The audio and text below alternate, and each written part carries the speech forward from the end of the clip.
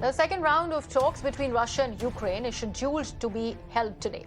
Meanwhile, Russian airborne troops have landed in the eastern Ukrainian city of Kharkiv and seized the river port and the railway station in Kherson. Now, these are some developments that we are bringing to you even as we are looking at a peace talk, a second one at that in a row that is scheduled to take place between Russia and Ukraine. Also remember that there were reports of 5 people losing their life as Russia attacked a TV tower in Kiev. At least 10 people also were killed in Ukraine's Kharkiv.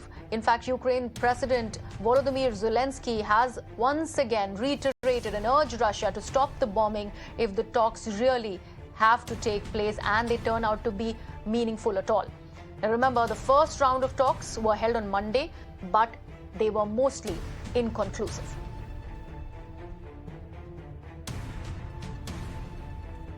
My colleague Srinjoy Chaudhary now joins me on the broadcast. Srinjoy, as far as the strand that both the sides were taking in the first peace talks, what do you see how it really works out? Because you can't have fighting on one side and discussions on the other.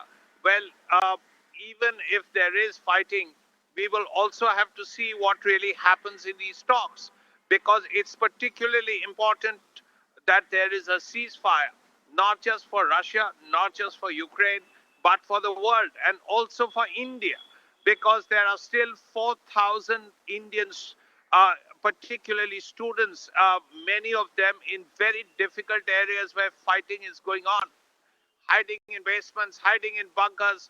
If there is a ceasefire of any kind, even if it's for a day, it will be possible to get all of them out. In fact, Srinjoy, while we have been reporting all the developments that have been taking place on ground, we also know that Russian troops have attacked a hospital there in Ukraine. So this is the kind of humanitarian crisis that we are looking at. And even as the world is slapping sanctions against Russia, this thing continues. Do you think these peace talks can really happen in the wake of all this? Well, even after great wars, there have been talks. So there is always a hope some kind of talks will happen and there is some kind of ceasefire. But at this point, it has to be worked out what both sides want. Because if one side wants something and the other side is dead against it, then the talks break down. The maximum then that can happen is the promise to talk again, which is what happened the first time. So we will have to see what the Ukrainians want, which is an immediate ceasefire, what the Russians want. And in the middle of this, if safe passage can be arranged for Indians who are in Kharkov and other difficult places like Sumy. Absolutely, and very important point there, Srinjoy, that you're making. In fact, stay on with me. Let me actually bring our viewers up to speed with the other developments that are taking place vis-a-vis this conflict that we've been talking about. In fact, US has now banned Russian aircraft from the US airspace as Western countries have slammed Russia for its offensive against Ukraine. Now, US President Joe Biden has announced that US is following Canada and the European Union in banning Russian planes. Biden has also slammed Russian President Vladimir Putin in the State Union address, saying that when dictators do not pay for their aggression, it causes utmost chaos. He's also said that US will have a dedicated task force to go after crimes of Russian oligarchs now. The United States Department of Justice is assembling a dedicated task force to go after the crimes of the Russian oligarchs. We're joining with European allies to find and seize their yachts, their luxury apartments, their private jets.